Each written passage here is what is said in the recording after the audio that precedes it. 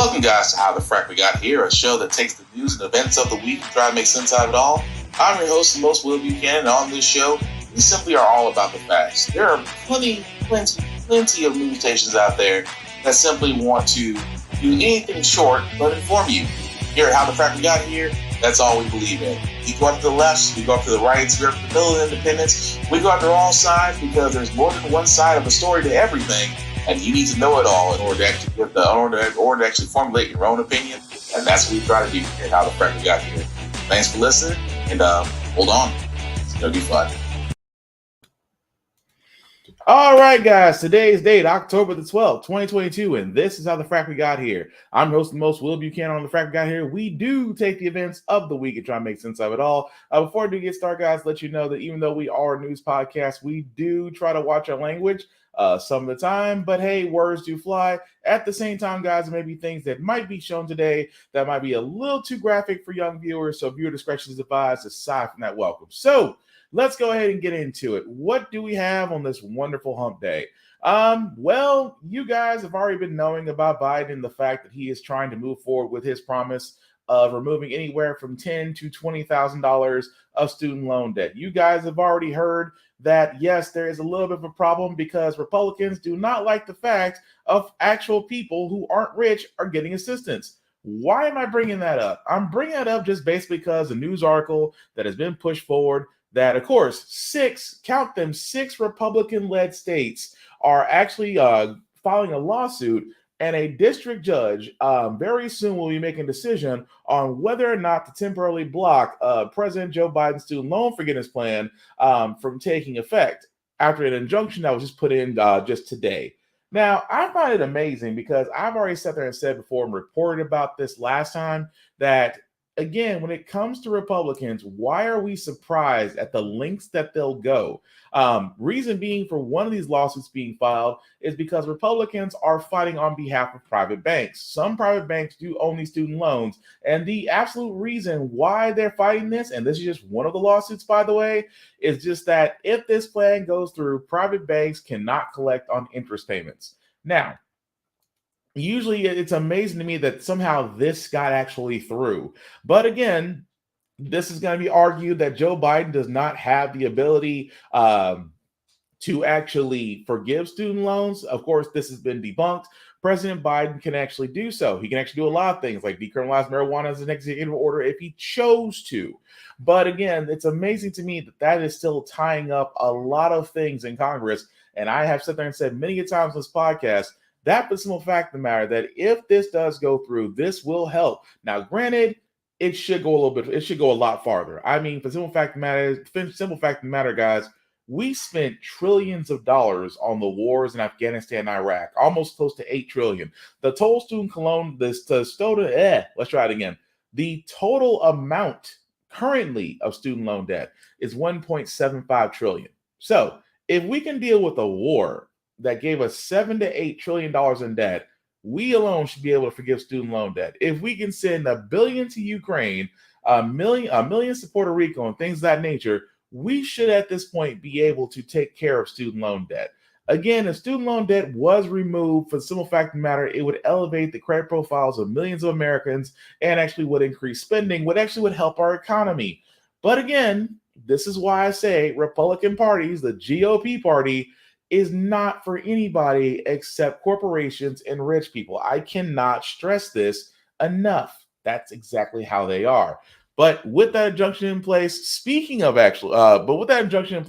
it does kind of gum up the works a little bit. But here's another thing that gums up the works. Because speaking of student loan debt, the Biden administration, Department of Education, put out a sample of what the actual form may look like. Now, as you see this, guys, this is what the form could possibly look like, as you can see right there. As far as, let's see if I can make that just a little bit bigger. There we go. So, as you can see right here, applying for student loan debt relief, of course, tells you exactly what it is, tells you who qualifies. Of course, if you make less than 125,000 individuals, less than 250,000 for families. And of course, that's the borrower information. And then you just revise and submit the agreement. Pretty straightforward, right?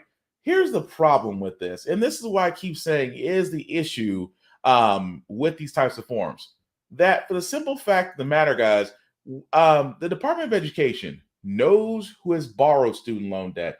They know who owes. They know exactly everything there is to know, because again, if you've put those payments on pause or forbearance, you know off the bat that eventually you will get that call, or eventually you're going to get that letter saying, hey, it's time to pay back your student loans. Here's my thing. You think at this point the student loan debt relief plan should really be automatic? Why instead of having plenty of people? Because trust me, once that form goes active, the federal student aid site is going to get crashed. It's going to crash because everybody's trying to get in, everybody's trying to do their student, everybody's trying to fill out the application. It is going to crash the site, and then you're gonna have a bigger problem. Or just a crazy thought, what you could do is have the Department of Education automatically go through the process. See, if you automatically go through the process of the student loan debt and just say, hey, you qualify, then at the same time, you do nothing except sit back and watch either $10,000 or $20,000 come off your debt. Now, again, if you have $10,000 or $20,000 that's coming off your debt, bravo, that is cool. I'm glad you're able to get that. Many people, it might help a little bit. As far as if you have $20,000, $40,000 student loan debt, cool.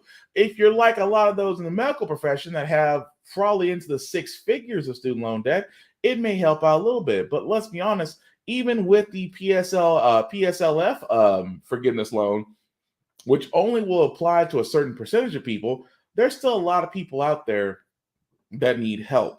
But I still believe that this should be an automated process. I mean, the simple fact of the matter is the Department of Education does have the technological bandwidth to sit there and go, okay, let's automatically search for all those who qualify and immediately apply to them. Or, can sit there and send out an email or letter saying, hey, we saw that you qualify. Since you qualify, do you want to take this? Yes or no? And of course, if you don't get an answer, back in a lot amount of time, the default answer that will be accepted is no. Of course, if they do say yes, go from there. Imagine automation, the one thing that we all love but hate in call centers. Because if you've ever called anywhere, you went through an IVR system, and we all know how effing annoying it is.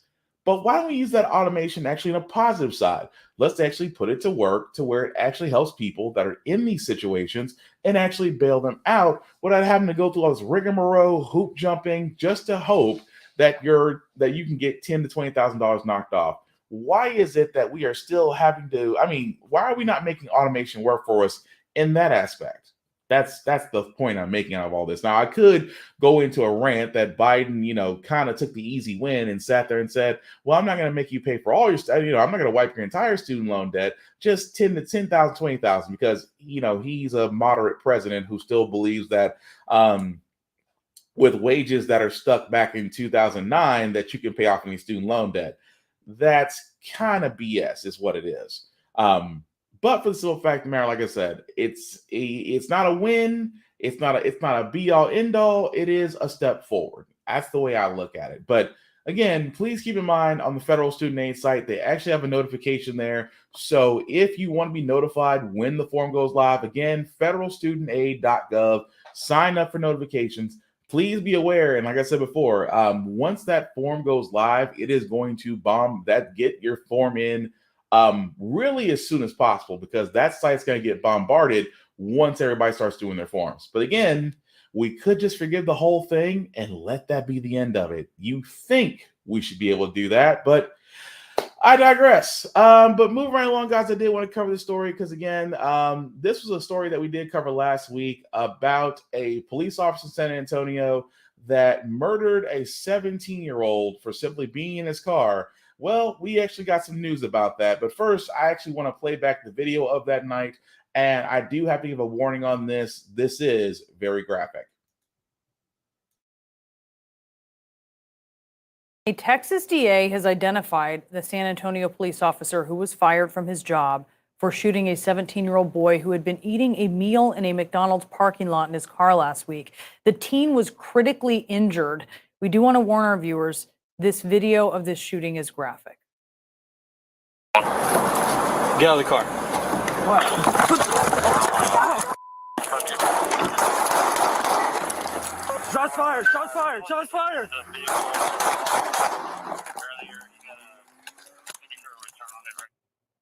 CNN's Josh Campbell is joining us live from Los Angeles on this. Josh, what can you tell us about what's really just disturbing to watch here? Incredibly disturbing, Brianna. And you ask any respected law enforcement leader in America, and they will tell you that the key attribute they look for in new recruits is judgment. And of course, it's the judgment of this now fired rookie San Antonio officer that has now come under scrutiny. We'll warn our viewers again that what you're about to see is graphic. It is disturbing. These are the mere seconds where an officer's decision to use deadly force resulted in a teen now fighting for his life. Authorities say San Antonio police officer James Brennan was handling an unrelated disturbance call at a McDonald's last Sunday evening when he saw a car he believed evaded police the previous day. Hey, can you start me one more? I got a vehicle over here that fled from me the other day. 17-year-old Eric Cantu was eating a meal in the parking lot. Body camera video released by police shows the officer walking up to the driver's side of the car, opening the door and ordering the startled driver out. Get out of the car. Shots fired! Shots fired! Shots fired! According to the body camera video, the teen had put the car into reverse before the officer fired 5 times. After the driver shifted the vehicle and moved forward, Brennan fired 5 more times. The San Antonio Police Department said the teen was found a block away, suffering from multiple gunshot wounds. A passenger in the car was uninjured, police said. Eric Cantu was hospitalized in critical condition. His attorney told CNN the teen is literally fighting for his life every minute of the day, as his body has endured a tremendous amount of trauma.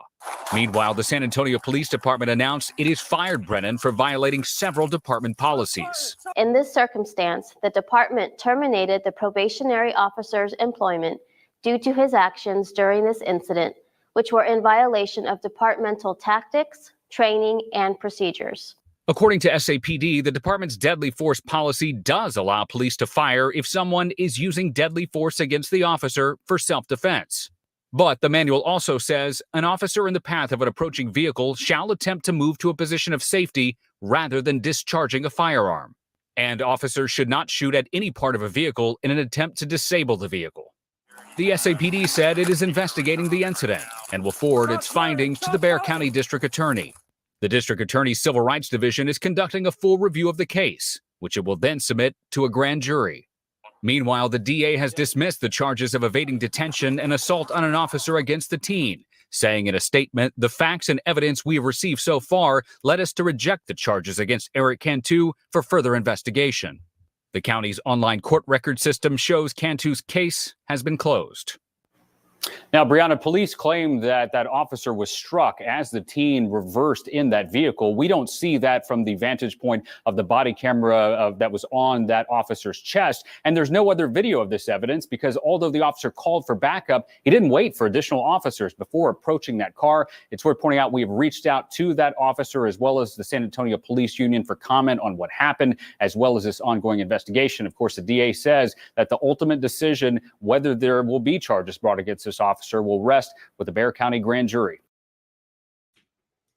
So, for the simple fact of the matter is, guys, you are looking at that officer who, again, that officer was fresh out.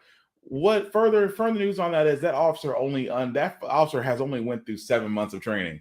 Now, again, if you say, for instance, you are enjoying a meal in your car, somebody walks up and opens your car door and says, "Get out the car." Police or not, that's effing startling. Like, for example, officers, if they're doing their job, will knock on the window, get your attention first, announce themselves, and then you go from there. Nope, that officer decided to sit there, straight up, "Hey, get out the car." Not while I'm eating my Big Mac. I don't know if you're a cop or not, because in this day and age, people have posed as law enforcement. People have posed as FBI and DEA agents, and they have, did XYZ to people. So I don't blame that teenager for how he reacted, because again, you open my car door telling me to get out, simply put, because a crime had happened there previously, and you think I had something to do with it just because my car fits the description? That's messed up in so many ways. So yes, that's the reason why the police union, that's the reason why um the training the training department for that law enforcement is moot quiet right now, because they're going to ask this. Because again, I would ask the question, because I've been on law enforcement since Jump Street. I ask this question all the time. I say it all the time, especially here in Tennessee, that in Tennessee, specifically Middle Tennessee, you train longer to be a plumber, a hairstylist, a nail technician. Those three professions alone, you train longer in than you do as a police officer. You can actually train at the academy here in Nashville, Tennessee. And if for any cop that's watching this, please tell me I'm wrong, because I'm pretty sure I'm right. In less than 6 months, you are now protecting and serving out there in the streets. Because honestly, there's no reason why that officer did what he did. He failed to identify. He discharged his weapon, and of course, they're going to sit there and say, "Well, he struck him with the car. He was in the way." But what do you expect when you're sitting there enjoying food? Someone opens the door and tells you to get out. You're startled. You're panicked. Your fight or flight response is kicked in. And again, instead of him identifying himself as a police officer, he turned around and he could have possibly, as this young man is fighting for his life in the hospital, could have possibly murdered him, all because he failed to do his job. And so, yes, fired is one thing. But as I said before, actually, I can't say this was me. Killer Mike said this. I said, "You want to stop accidental police shootings? Easy. I don't really think they're accidental. But here's how you stop police shootings. That police pension, use that money from that police pension to pay for the victims' families. Pay that to the victims' families. I guarantee if the police pension was used to pay toward the victims' families, there'd be less shootings. I guarantee it. Why? Because once you start messing with the church's money, watch how quickly everything turns around. But speaking of things turning around, as we switch gears for a second, Amazon. We know it, we love it. Some of us, we depend on it. It's like the new Walmart. Amazon took over, and now if we wanted things within a matter of days, we have to go through them. That being said, you guys do remember that Amazon does have a few unionized places. One specifically in New York. Well, there's about to be another one. In a recent story that at an Amazon facility near Albany, New York, will begin voting on whether or not they want to join the American Labor Union and become the second Amazon warehouse in the United States. The vote is actually scheduled for October 18th. Now, of course, Amazon, who is known for union busting, they don't say it, but they are known for union busting. They are known for sending in corporate. They are known for utilizing think tanks and public relations boards, because they will do their hardest to make sure that another unionized location does not happen. Why? Corporations hate unions. They'll sit there and say unions will do nothing for you except take your money and take your money and call them dues. Take that money that you pay dues to a union, knock it up every year, and you get nothing out of it. That's what corporations tell you, because they would rather deal with you as an individual instead of dealing with you all as collective groups. We have seen it, guys. You've seen it with Kellogg's, John Deere, teachers unions, and that's just this year. You guys don't remember. For all those that don't remember, Kellogg's and John Deere had union strikes, and they tried to replace them with workers, and they had more accidents in 2 weeks than the last time they had them in 20 years. Teachers unions, one in Ohio, one in Seattle, at the beginning of the school year, they also went on strike. Why? Because they weren't getting paid. Pay was the big thing. Eventually that got settled, and those strikes were over. That's the reason why corporations hate unions, because if you don't give these unionized people what they want, they will strike. And trust me, it will be felt along the supply chain. You almost had that with the railway workers in California. They almost went on strike. And if that happened, everything would come to a grinding halt. And yet somehow they were able to get that fixed. The point I'm making that it's a great thing that if Amazon does face unionization, because you guys have heard the horror stories working in Amazon, fighting this algorithm that says you have to pack this, box this, take your lunches here, take your pee breaks. So if you do get pee breaks, and you guys have heard about the Amazon drivers, which I feel for Amazon drivers. Yes, you get benefits from day one. You may get the highest pay within that specific job rating in your state. But for Amazon drivers who have to again get all these packages delivered in a certain amount, forget bathroom breaks. They've always said the stories. You have to literally pee while in the van just because you cannot stop to relieve yourself. Those are horrible working conditions. Whether you're in the plant or a driver. But just imagine if you had a union backing you up, Amazon would have to come to heel. And again, there's nothing wrong with unions. I always said it best.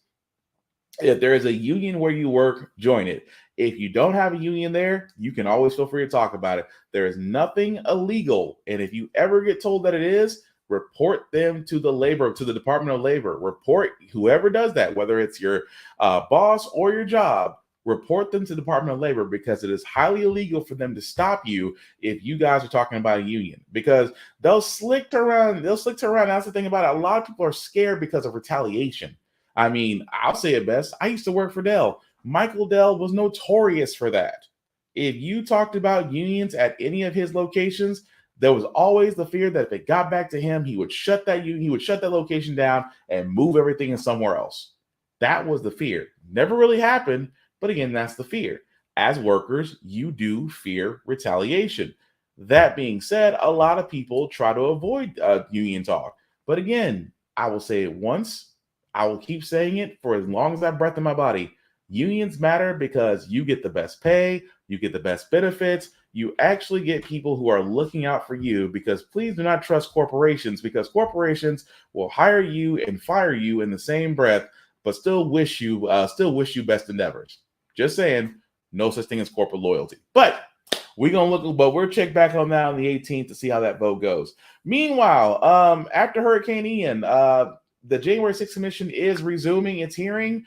But they do promise that this hearing, although it will be the last of the January 6th Commission January 6th hearings, that we are bound to see some new things. It kind of feels like a soap opera at this point. Committee investigating the January 6th attack on the Capitol is set to hold its final hearing tomorrow after postponing it due to Hurricane Ian. Committee members teased substantial footage and significant witness testimony, saying it would be more sweeping than past hearings and will tell the story about a key element of former President Trump's plot to overturn the 2020 election.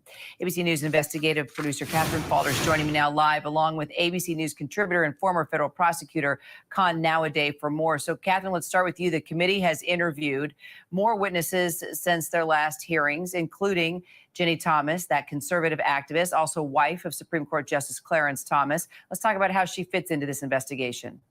Yeah, so Ginny Thomas was significant because she was exchanging text messages with the former chief of staff, Mark Meadows. Emails have also been revealed of Ginny Thomas communicating with state officials in various different states to get them to overturn the election. Now, it's interesting because we are likely to not see Ginny Thomas on video tomorrow during the hearing. Her interview with the committee was not video recorded, so the committee investigators can use quotes from that, for example. So we might hear more about her role there. Her lawyer says she answered all the committee's questions, but members of the committee who I've spoken to said that she still made clear, Kira, that she believes that the 2020 election was stolen. And she said that during her interview. So, Khan, how concerning is it for the wife of a Supreme Court justice to be lobbying the White House chief of staff to challenge the results of an election? It's very concerning, merely from the fact that of who her husband is, and that her husband may potentially at some point have to rule on matters relating to election processes. So, I mean, as a matter of fact, there is an appeal pending before Justice Thomas relating to the Mar-a-Lago search, where former President Trump is asking the Supreme Court to intervene in the 11th Circuit's decision in that case. So it is concerning. So then, Khan, if any case stemming from this investigation find its way to the Supreme Court, should Clarence Thomas just recuse himself? I don't think it's absolutely necessary, but you can't help but think that there is an appearance of a conflict. So it is disturbing, something that he should consider as a justice of the Supreme Court. And frankly, even though this appeal is before him right now, my bet is in all likelihood, it'll get referred to the entire Supreme Court. So, Catherine, why hold this hearing now with the midterms just under a month away? I mean, could the committee be planning an October surprise here? Well, look, I think there's definitely the political element of this in the back of their minds as they've been scheduling this. Of course, it was delayed, as you mentioned, due to the hurricane. But look, there's still questions, Kira, that we're waiting on answers to. One of those being whether the committee, for example, issues a subpoena to former President Trump, whether they invite him to come publicly to an open hearing. That's still something that we're waiting on as well. And look, this isn't the last thing that we're going to see. There's also likely going to be a report that this committee issues that they've been writing. When that comes out is still to be determined. One of the members of the committee said we probably won't see that until November. So really right up until the midterms. So I'm just at this point trying to understand that, yes, they know what they're doing, guys. Don't get me wrong. The January 6th Commission has done exceptional work. They have sat there and pointed out that, yes, it is beyond the shadow of a doubt that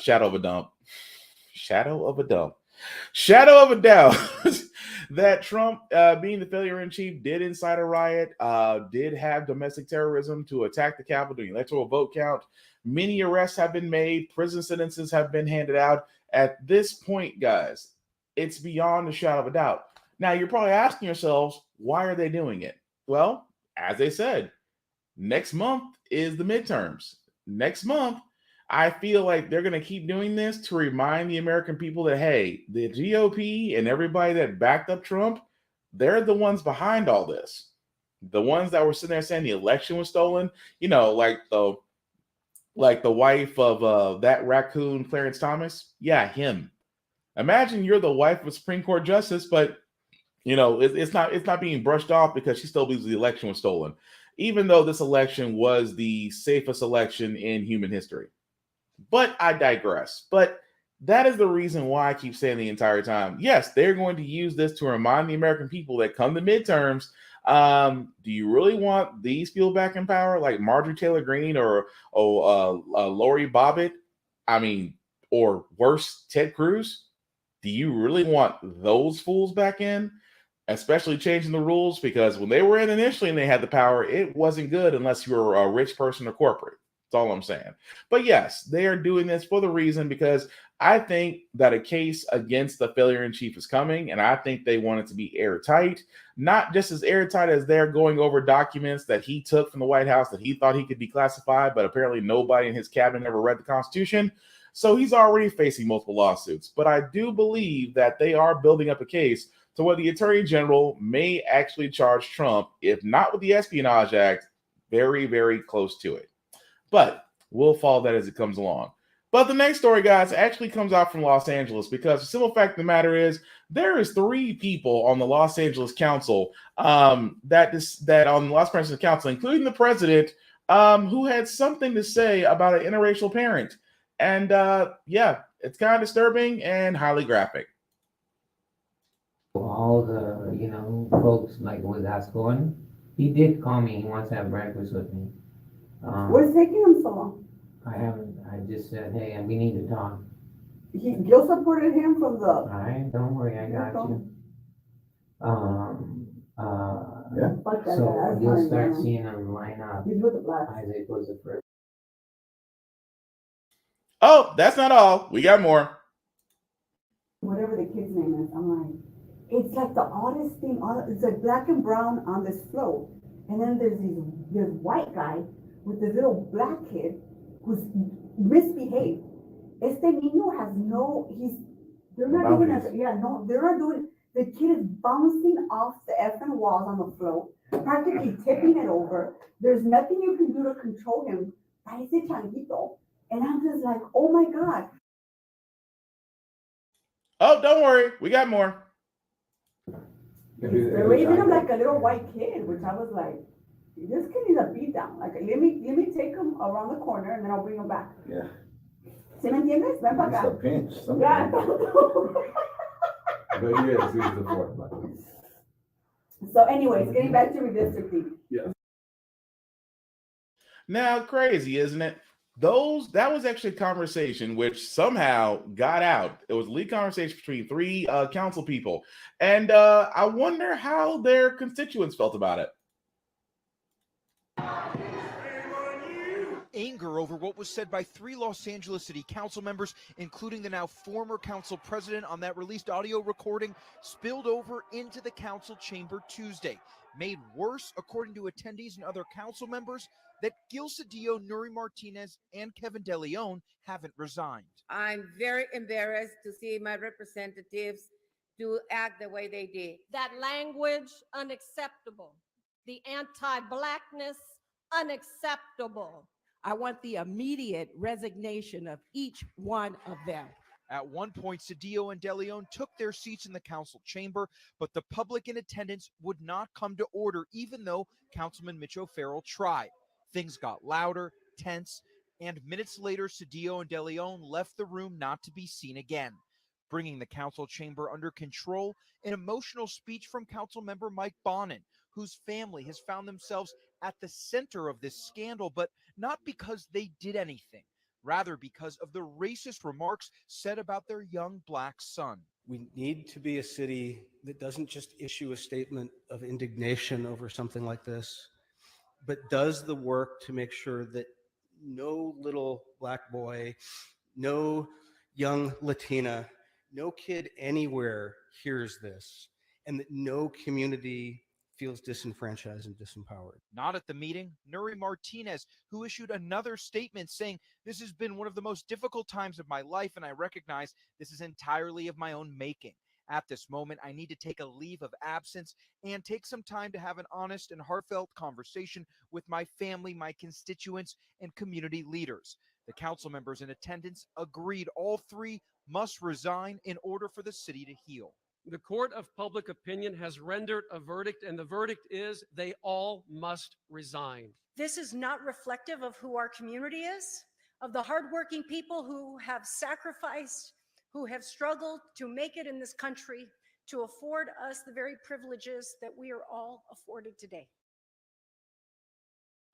I'm gonna be honest with you. When I look at that, I'm like, so 3 of your council people, one being the president, decided to talk about another council person's family and, call the boy a little monkey. And her response, is, let me go home and speak with my family, my constituents, and my community leaders. What for? You fucked up. You are there is no, I'm sorry. There is no answer. There's no answer when you're honest. There's no wishing it away. There's no, I need to go back and realize the ramifications of my words. No, you were being honest. And again, you don't need to be on the council. If you can't sit there and look at people and be like, I wish I could have whooped that little monkey because he was just acting so bad. And you sit there and you say, one of your council people, well, F that guy. He's with the Blacks. That's your honest assessment. Now, should you be in office? Absolutely not.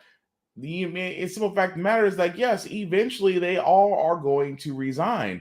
But it's amazing to me where every Black person that came forward and said, no, we want you gone.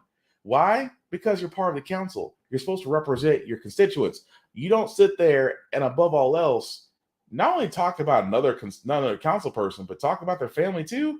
I'm gonna be honest with you. That guy who was talking, so he was trying to bring calm and stuff about it. I'm sorry. You talk about my child, I'm liable to say some stuff that is going to involve a lot of 7-second delays, because you ain't gonna talk about my child like I got issues. But again, speaking from a council standpoint, that mindset right there. I used to say, we just can't say it's not just male people. We can't just say it's not white people that think like this. But now you have others coming out. And yes, if you think like this, you should not be in office. It's just that simple. But eventually, they will actually get resigned. But another news, guys. Do you like gas prices right now? Gas prices and you going to fill up your car? Yeah. About that. The Saudi announcement a blow to American consumers and a gut punch to President Biden. despite his fist bump summit with the Saudi crown prince, when the administration thought they could get a deal to keep production up and prices low before the midterms. I was able to bring gasoline down well over $1.60, but it's inching up because of what the Russians and the Saudis just did. Now even Democrats blasting that Riyadh summit and calling for the U.S. to withdraw troops from Saudi Arabia. You would punish Saudi Arabia. I would reconsider why we provide for the security of a country that seems to have no concern for the security of ours and our allies. That's because raising oil prices produces more oil profits for Vladimir Putin's war machine. The White House now scrambling to bring prices down. One option, release more oil from the Strategic Petroleum Reserve, but it's dangerously low. The president has already released more than 200 million barrels this year. Another possibility, lift sanctions on Venezuela so it can pump more oil. But that country's strongman, Nicolas Maduro, has still not delivered on democratic reforms or pressure U.S. oil companies to keep prices down. Is any of this going to work? They've sort of run out of bullets. U.S. producers won't listen to them. The Saudis won't listen to them again. It really is, at its core, a supply issue. He has to find somebody who's going to pump more, and nobody wants to do that right now. The problem for the White House, most of the solutions are long-term, which won't help them for the midterm. So yeah, in the war for the dinosaur juice, Saudi Arabia, as they said before, why are we giving U.S. aid and military to Saudi Arabia? Well, that's easy. They're the number 2 producer of oil in the world. Now, I know a lot of people are wondering, who's number 1? We are, the U.S. The U.S. is the number 1 producer of oil. Saudi Arabia, number 2. Russia, number 3. Now do you see the relevance? Russia is a part of a organization called OPEC, which again is basically is a European coalition of countries who do pump oil, who set the prices of barrels of crude oil. For all those that believe that President Biden somehow controls gas prices, no, OPEC does. And your local oil companies here, Exxon, Citgo, BP, they control. They buy the crude oil from not only from overseas, but also from their own welling drills here, and they set the prices. That's the problem. The Saudi family, next to Iraq, sits on the largest deposit of oil ever known in the known world. So, of course, that is their cash cow. They know that as long as they're shipping out to us, because, yes, the U.S. may be the largest producer of oil, but that region over there circumvents to just not us. So, with Biden went out there a week ago, it was a week ago? No, 2 weeks ago. Biden went out there 2 weeks ago to try to sell things over with the Saudis and say, hey, we need you guys to keep producing more, just because the fact of the matter is that we are facing a finite issue. What the finite issue is that we are eventually going to have an energy conversation, that we cannot sustain ourselves, probably not over the next 50 years, on fossil fuels. Fossil fuels are finite. Again, with electric cars coming out, which some have been out with Tesla, Nissan Leaf, and other ones, including Ford's Mustang and its Lightning F-150, the prices are still high. So again, electric cars are probably going to wind up being the next wave of the future. California has already sat there and said that they will phase out gasoline-driven cars by 2035. So it is eventually going to come to a head where we have to have that conversation. But that being said, Russia is still at war with Ukraine. Ukraine is hoping to God that their NATO application can be put through. Reason being, because if they are officially a part of NATO, then because U.S. is a part of NATO, we will officially be at war with Russia. Russia, sitting on the number 3 producer of oil, can produce all the oil it wants because it knows it can sell to China and Japan with no issue. Again, when it all comes down to it, it's profit. That's all it is. So the Saudis, who have plenty of money, know that if the U.S. doesn't want their oil, they have plenty of other people they can go to. Yes, we can go to Venezuela, but Venezuela right now is basically under martial law, just because most reforms haven't happened there. So really, this is just one big ass perfect storm to where, yes, your prices at the pump will go up. They will. And I hate to say it in this day and age, but they will until we actually get solutions, which a lot of people say with the strategic oil reserve, which again is low because we've been pulling and pulling and pulling from it, almost to the point to where we have to kind of, hold up because in things of emergencies, because nobody wants to pay $4 to $5 to $6. Even at one point, gas was $8 a gallon in some areas. Nobody wants to pay that.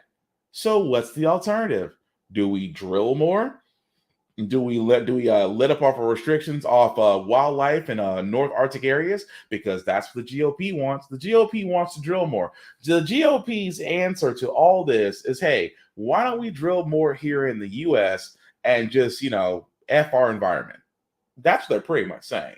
But again, Joe's going to have a hard time with this one because the Saudis aren't going to play ball. Don't expect any help from Putin. And at the same time, Venezuela is still a question mark. Hello, midterms. That's all I can say. Moving right along, guys. Again, I never thought I'd say to myself, well, I've said this to myself plenty of times. Why is it that when the government is finally going to help black people, there's always one white person that's got to ruin it for everybody? And yes, I can't make this up. Example of something that really bothers me. In this bill, if you're a farmer, your loan will be forgiven up to 120% of your loan, not 100%, but 120% of your loan if you're socially disadvantaged, if you're African American, some other minority. But if you're white person, if you're a white woman, no forgiveness. That's reparations. What does that got to do with COVID? Maybe Homeboy should worry about that subpoena down in Georgia instead of what farmers get. But as you heard, in 2021, Senator Lindsey Graham had the temerity to object to a small portion of the COVID relief bill that would provide a $4 billion fund for disadvantaged farmers, about a quarter of whom happen to be black. Now, for clarity, the Department of Agriculture says 97% of the $9.2 billion from Trump's coronavirus food assistance program went to white farmers. That's according to a report by the EWG. So these payments would be just a drop in the bucket in what's needed to rectify decades of broken promises and discrimination from the USDA that caused black farmers to lose roughly 90% of their land between 1910 and today. Now, a little over a year later, and the debt relief program has stalled. Why? Because they're meeting resistance from banks and white farmers, leaving these farmers deeper in debt as they deal with soaring costs for supplies like fuel and fertilizer. I swear to God, it's exhausting. Joining me now, John Boyd Jr., founder of the National Black Farmers Association, and Dania Davy, I hope I didn't mess up your name, Director of Land Retention and Advocacy at the Federation of Southern Cooperatives and Land Assistance Fund. So happy to have both of you. John, I want to start with you, looking so handsome in your cowboy hat this morning. Tell us what you have lost so far and what you are at risk of losing as long as this relief fund is mired in this resistance from white farmers and the banks. Well, thank you very much for having me. And as I said on your show earlier, when Senator Lindsey Graham made those comments, he should be ashamed of himself, because I've been lobbying him for years about the plight of the black farmers. We've lost millions of acres of land. We've lost our way of living, our livelihood. And the COVID relief spending bill that provided the $5 billion in debt relief, $1 billion for outreach and technical assistance, and the other $4 billion for debt relief, was a 30-year-old ask from myself and others. Even as I was promised debt relief and a settlement agreement, I still didn't get it after the Secretary of Agriculture told the local and county office to provide me with debt relief. I want to let the audience know it was white farmers who got basically all of the debt relief for the 30 years I was asking Congress and the courts to provide debt relief to black farmers. White farmers got debt relief in this country with ease, and black farmers like myself were denied the time and time again to get debt relief in this country. The stack has been stacked against us. We've been facing discrimination. As you noted, the banks who've been bailed out in this country were one of the very first to speak out against black farmers getting debt relief in this country. So the government has failed us, the banks have failed us, and it's almost like 40 acres and a mule when we were promised these things. And every time there's a pot of money that's supposed to go to black farmers or black people in this country, we're told we have to wait. Last July at the White House, I was promised a meeting by President Biden. That hasn't happened. Since that time, we provided $50 billion in aid to Ukraine and other regions of the country, but we can't find a way to get the debt relief to Blacks and other farmers of color in a timely manner. That is heartbreaking, Mr. Boyd, and you deserve so much better. Dania, I do want to bring you in here because listening to Mr. Boyd talk about what he's gone through, I think it's important for the country to understand what Black sharecroppers did in this country, even before they were sharecroppers, the forced labor, the cotton that this country, the wealth from the cotton that this country benefited from, the sugar cane. Black folks did all that. That is how this country became a superpower. So today, for men like Mr. Boyd to be at risk of losing everything he's built has to be god awful and infuriating. What needs to happen, Dania? How do we fix this? Because we can't depend on the government, but how can we apply pressure to the government to do what is right and do what is owed to these Black farmers who help put food on their very table? Thank you so much for having me, Tiffany. It's wonderful to be here. As you may know, the Federation of Southern Cooperatives Land Assistance Fund has been assisting Black farmers, landowners, and cooperatives for 55 years. We were really born at the intersection of the Black cooperative development. What really needs to occur is for to listen to the advocates like myself, Mr. Boyd, and others that have been expressing the ways in which the debt relief being held up is exacerbating an already existing wealth disparity. We've seen estimates of over $300 billion worth of wealth, and that's only if we count the land loss. That's not the exploitation of labor. That's not the exploitation of a way of life, of the meaningful relationships and connections between one generation passing on farming to the next. And I think that because of the wealth gap that this continued land loss is creating in our community, there definitely needs to be a holistic solution. We really can't look at it as an issue that the farmers need to deal with individually as groups. This is really an institutional problem that needs institutional solutions. And so organizations like the Federation have presented many solutions because our members, they're Black farmers themselves, our state coordinators, Mr. Ben Burkett, Mr. Cornelius Key, they're farmers, they work with the Federation. We've made suggestions over the decades, and the government really just needs to take our suggestions seriously because this is going to result in the next wave of Black land loss. Absolutely. And if you're even a modest student of history, you know these things are very intentional. It is intentional to strangle the life out of us, however you do it, either physically or even through wealth. And that has to stop, Mr. Boyd. So if you can, Mr. Boyd, if someone from the administration, let's say President Biden, is watching this program right now, what is your message to this administration and the sense of urgency that Black farmers are dealing with? Please go ahead. Absolutely. We're in a farm crisis, America. We're in a food shortage, America, and that includes Black farmers as well. We're facing all-time highs in the cost of diesel fuel, $6 a gallon for diesel fuel. Last year, I was paying $400 a ton for fertilizer. I'm now paying $1,100 and $1,200 a ton. The urgency of now is what the president should hear. Yes, his plate is full, but you can't ignore the oldest occupation in the history for Black people, which is farming. The National Black Farmers Association has been fighting for decades through court remedies and through act of Congress. I wore so many pair of shoes asking members of Congress to help us fix this. We can bail out the banks. We can bail out corporate America, the airlines, all of these people. But we can't help the oldest occupation in history, where we came to this country as slaves, sharecroppers, survived the horrific laws of Jim Crow. And we're still here. We're still here fighting. And for the people that are watching this, I want them to know today that I'm going to die a farmer. Whether the government does it, we're just about ready to give up on the government doing the right thing for Black farmers. And it's time for the general public to assist to save the Black farmer.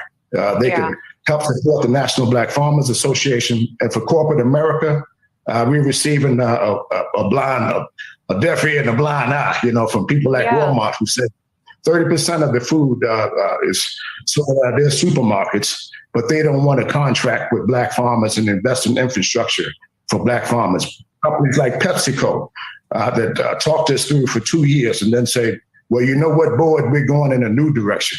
What direction? When all your farmers are white, We need contracts, we need infrastructure, and we need access to credit. And Mr. President, we need it now. You indeed do, and you deserve it now. You've earned it now. I hope our viewers will look into the story of Elaine, Arkansas, with what happened there with farmers. And in 1933, the New Deal had an old problem, which was racism, which displaced tons of farmers in this country, Black farmers in this country. So this is rooted in history, Mr. Boyd. And just thank you for sharing your testimony. And I certainly. And again, there's nothing more I can add to that. There's nothing more I can add to that because, number one, historically, yes, Black farmers. I wish I can go back to that screen where it showed at one point there was close to almost 300,000 plus farmers in the South. Now less than 95,000 now. And I know a lot of people sit there saying, but Trump sided and bailed up the farmers twice. Yes, none of that. As Mr. Boyd had said so eloquently, yes, there were some funding that was done. It did not go to all. It didn't go as much to Black farmers as it did to white farmers.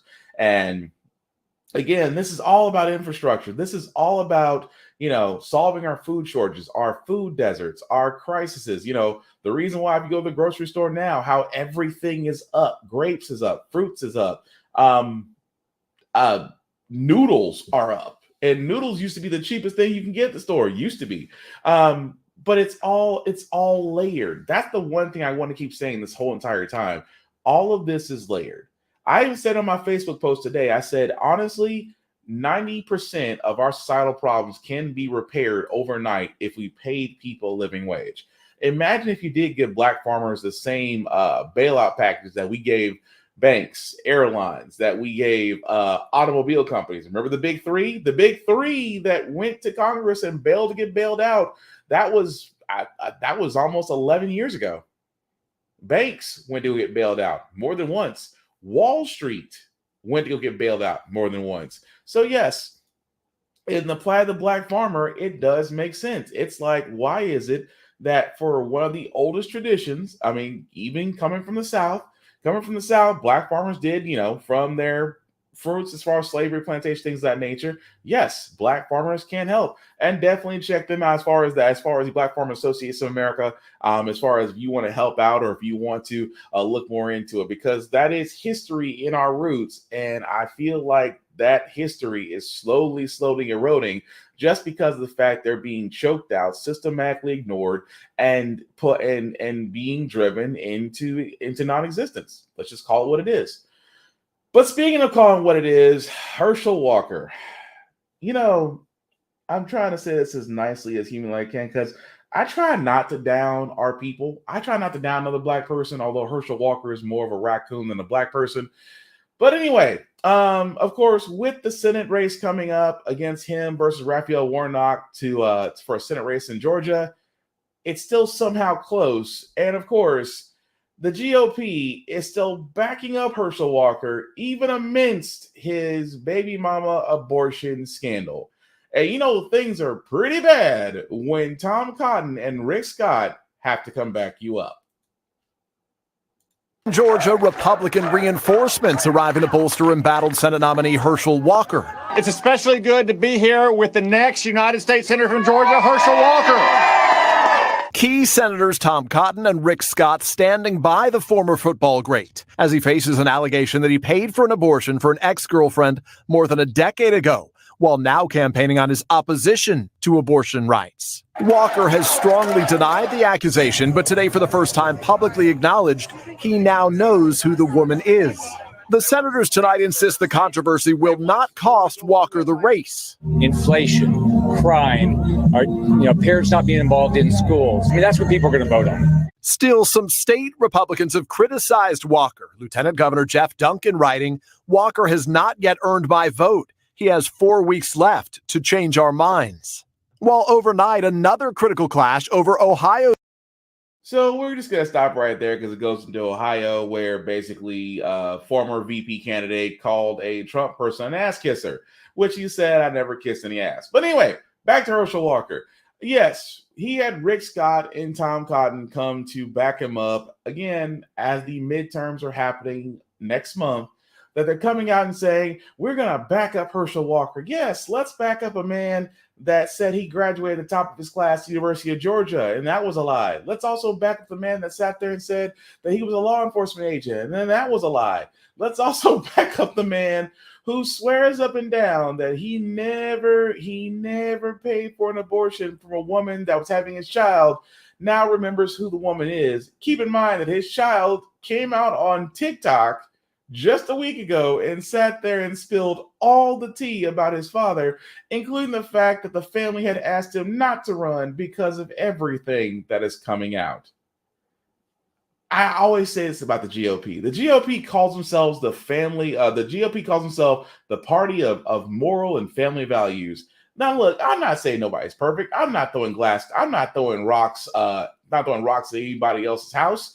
But if you call yourself and you style yourself the party of family values, why are y'all always caught with a mistress, a maid, a love child, or all the above? Or the personal trifecta, you're caught with an LGBTQ plus member.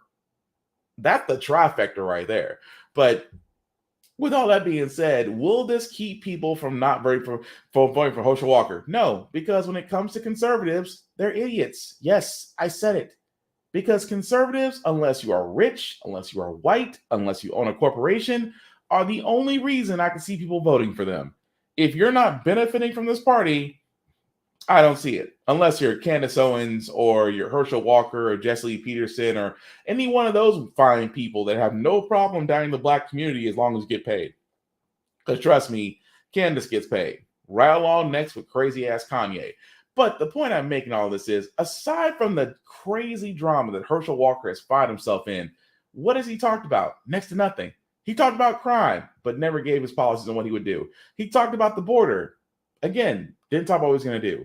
He talked about the economy's going bad. Again, did not offer any suggestions. This is standard GOP, guys.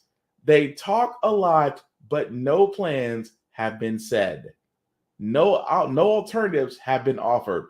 But just because you are bleeding red, some people, especially in the South, will vote for you.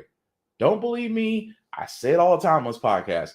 I'm not Democrat. I'm damn sure not Republican. But if tomorrow I turned around and I started shouting Republican topics, I would be face to face with Tucker Carlson in less than 24 hours. Why? Because I'm exactly what those people think of when they think of nice black people. As long as I spout their talking points and their narratives to make them feel better about their bigotry and nearsightedness.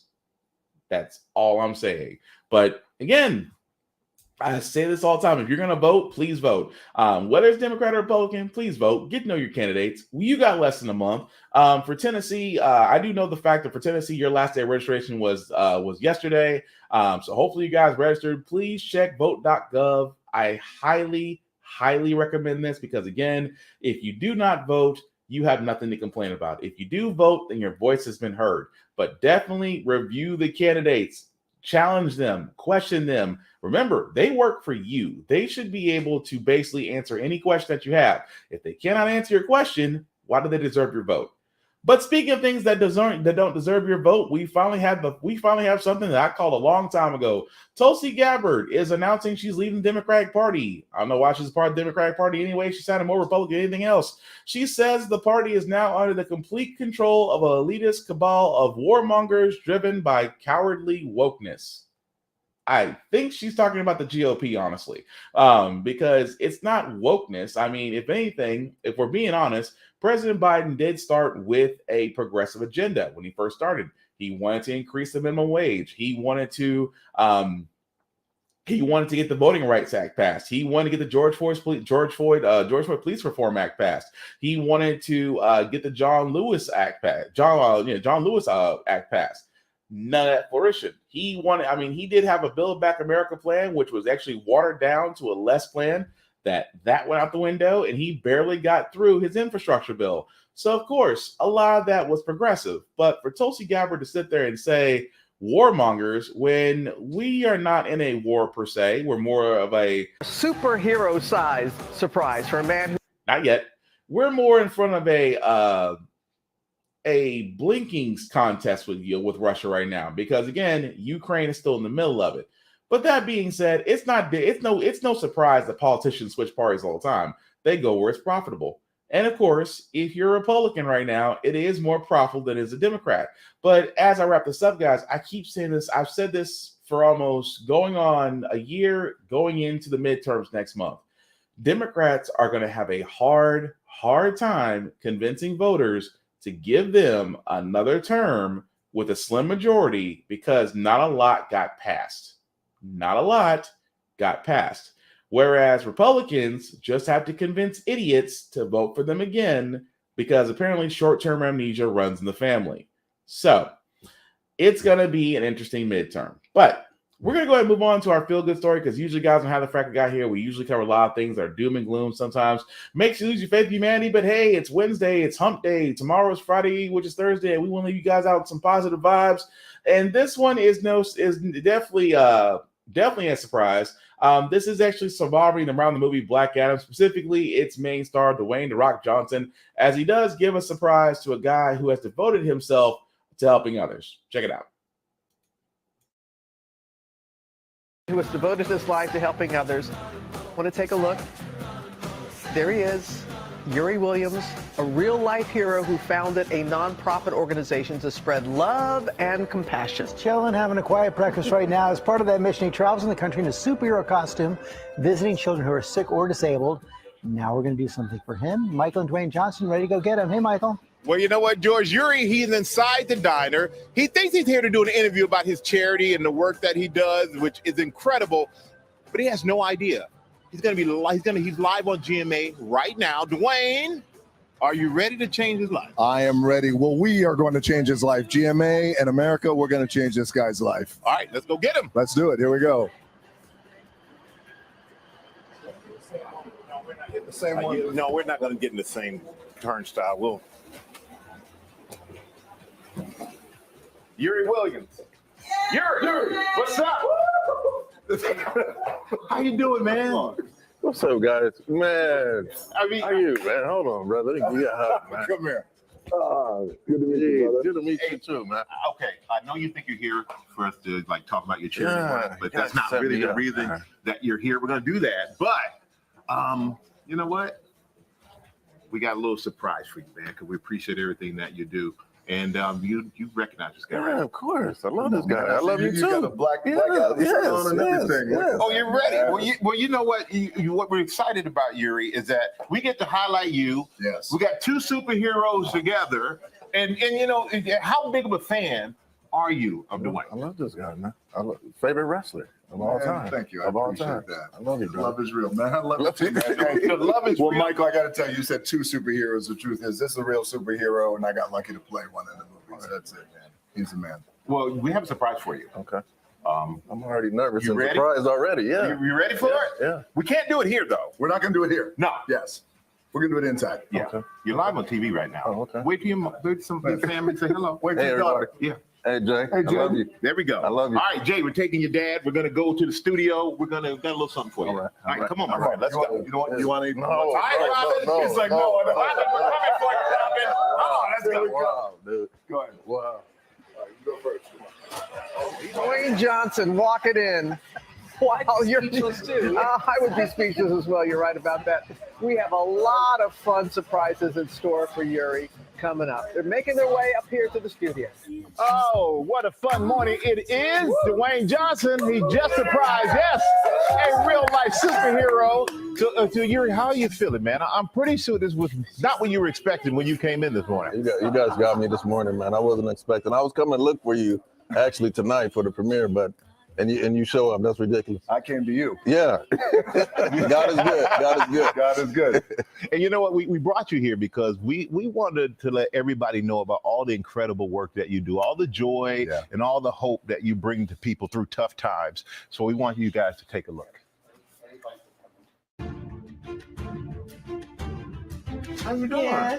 Behind this superhero costume is a superhero himself. Good morning. Can I come in? Yeah. Okay. It's the things that Yuri is doing that a lot of these kids are going to remember for life. He's literally the first person to put a smile on AJ's face. Yuri Williams is changing the life of children around the country, one door knock at a time. So, Ashley, you want to come in? Come in. I just love the fact that there's people like Yuri out in the world who really care about kids like Levi. Even as caregivers and parents of children with special needs, we do feel isolated. Digging himself out of a deep depression following his mother's passing in 2009. Today would have been my mom's 77th birthday, so I'm just giving back to her. Yuri took to Instagram asking for donations to get into costume, launching his nonprofit, A Future Superhero and Friends, in 2018. His goal, to bring smiles to children with health challenges, including those fighting life-threatening conditions. Dressing in superhero costumes, including Spider-Man, Deadpool, and The Mandalorian, Yuri has visited all 50 states 3 times. This is your reporter, Santa Lauren, reporting to you from state number 49, Alaska. My toenails are colored in a polar bear right now. Gifting art kits, backpacks, toys, Who's that? Baby Yoda. and over 100 baby Yodas. You give a kiss? When we opened up that door, that great big man standing there with his Mandalorian. I know, right? The kids were just ecstatic, especially these little guys. Super, super excited. Oh, that's so sweet. Thank you. AJ was diagnosed with cancer at the age of 2. Thank God he beat the infection. He's cancer-free now. He's definitely a miracle baby. And so with all that stuff that happened with AJ, he came around Christmas and surprised him with gifts that he wanted. I will never forget that day. Making sure these families who are facing tough battles Say hi. never feel alone. Yuri, thank you so much. We love you. I really appreciate everything you do for me and my son. Thank you, Yuri. I mean, so Yuri, you have tears in your eyes, understandably. Sweat, I'm sure sweat. a lot of people, it's just a little sweat, a little eye sweat. Let's put it, a little eye sweat. That's a lot of sweat that just came out of your eyes just now. So, but how does it feel to hear how much people really appreciate you and all the work that you do? It's just like a superhero power energy that I feel from them. You know, me going into these homes, you know, knowing that this child might not be able to see Christmas. So that minute or a couple of minutes that I'm there, I just want to make a special moment for them. And Dwayne, you're starring as Black Adam. You're a superhero. But how does it feel to sit next to Yuri and see what he's doing out there as a real life superhero? Thank you for saying it like that. You know, I get lucky, you know, to play Black Adam, but you are a real superhero, man. And I got to tell you, we've never met until right now, but I'm really so proud of you, brother, and the great work that you do, because I always like to say, and I know Michael agrees with this kind of stuff that you're doing, that's the best part of fame. And it's the best part of having influence, is to make people feel good. And that's a special thing, how you make these kids feel. So keep up that great work. Thank you. Thank you. And, you know, we came over to the diner. We brought you over here, a lot of surprises, but we're not done with the surprises, because we know you dress up in costume to surprise these kids and bring them joy.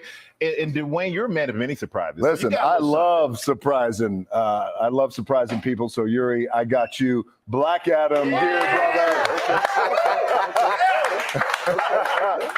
They match with my socks. Yeah, they're gonna match with the Black Adam socks. You got on Black Adam socks. I got you those special Project Rock Black Adam. It's all Black Adam gear, and of course, with the Black Adam headphones, we got the Black Adam costume.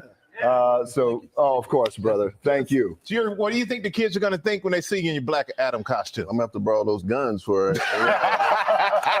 Mine's not that big, man. There's muscle padding in that suit.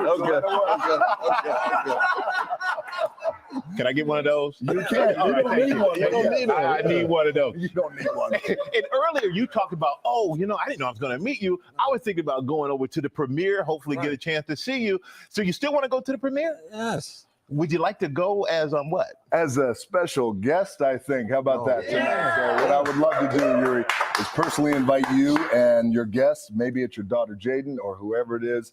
I want you to come to the premiere. Tonight's premiere for Black Adam is the biggest premiere of my life, of my career. I'd be honored to have you join me, man. There you go, brother. Thank you, brother. I'm there. I'm there. I'm there.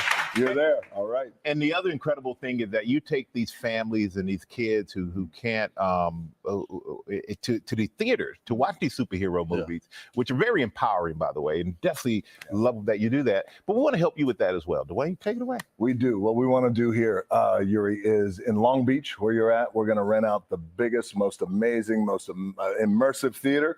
And I want you to invite all your families, all your friends, whoever you want, on us to watch Black Adam and enjoy the movie. You're welcome. You're right, I gotta say, man, this has been just a delight to meet you. I mean, the eye sweat is amazing. I mean, but you really you inspire. It's not just people at home, but people like us that we meet you. It really does inspire us to do more and be better. And I don't know if you meant it just for the kids, but you're helping a lot of adults too, my friend. Thank you. Thank you. I appreciate you guys. You are my role models, you know, coming up, and kids look up to you guys, and I just want to be able to get that torch and do the same thing you guys did. Well, you're holding the torch and you're passing along well, my friend. Thank you. Thank you. Oh, everybody give it a little louder for Yuri Williams, everybody. That's right. That's cool. There ain't, like I said, there are heroes among us, and that man is definitely it. But you know, I just like to see people. I just like to see people who really do good work, who really just, you know, don't do anything for accolades. They don't do it for the gram. They don't do it for clout. They literally do it to help others. That's a superhero, in my opinion. I know I sounded corny as hell, but hell, I believe in it. I still like to watch magic shows. So what about it? That being said, guys, that's going to do it for this podcast. I do thank you all for watching, for liking, for sharing, for letting people know this is live. I certainly appreciate that. Before I do get out of here, I got to do some shameless plugging as usual. Shout out to my buddy Vaughn at Big BZA Dot. You can definitely find them, Big BZA Dot, on all socials. They're on Facebook. You can also find him on TikTok with his Big BZ Think. And of course, he is back to his beats. And trust me, they are chef's kiss. I can't see it because you're seeing that. But anyway, check him out, BigVZA Dot, and all socials. As for yours truly, guys, I can be found on all socials at BlackBox447. And I do mean everywhere. Facebook, Instagram. I almost said Tinder. No, not Tinder. Not Tinder. I'm engaged, not Tinder. But Instagram, Snapchat, TikTok, definitely follow me everywhere, guys. I usually post a review on everything that I watch and also do some gym stuff because I do a couple push-ups. At the same time, guys, I am a little bit corny when I say this. I feel no shame in saying this. I do believe that we do need to start being more decent to each other, be a little bit more kinder, especially the brothers. If you see another brother you don't know, hey, how you doing? What's up? Head nod, something. I am so tired. I mean, I think we've been so cooped up this past pandemic that we'd be happy to see each other, but we do need to do that. Also, check up on your people, whether they be your friends or family. Check on them, make sure they're doing. If you got time, all the technology in the world, check up on them because you might do a lot more by just saying hi or hello or let them know that you're thinking about them.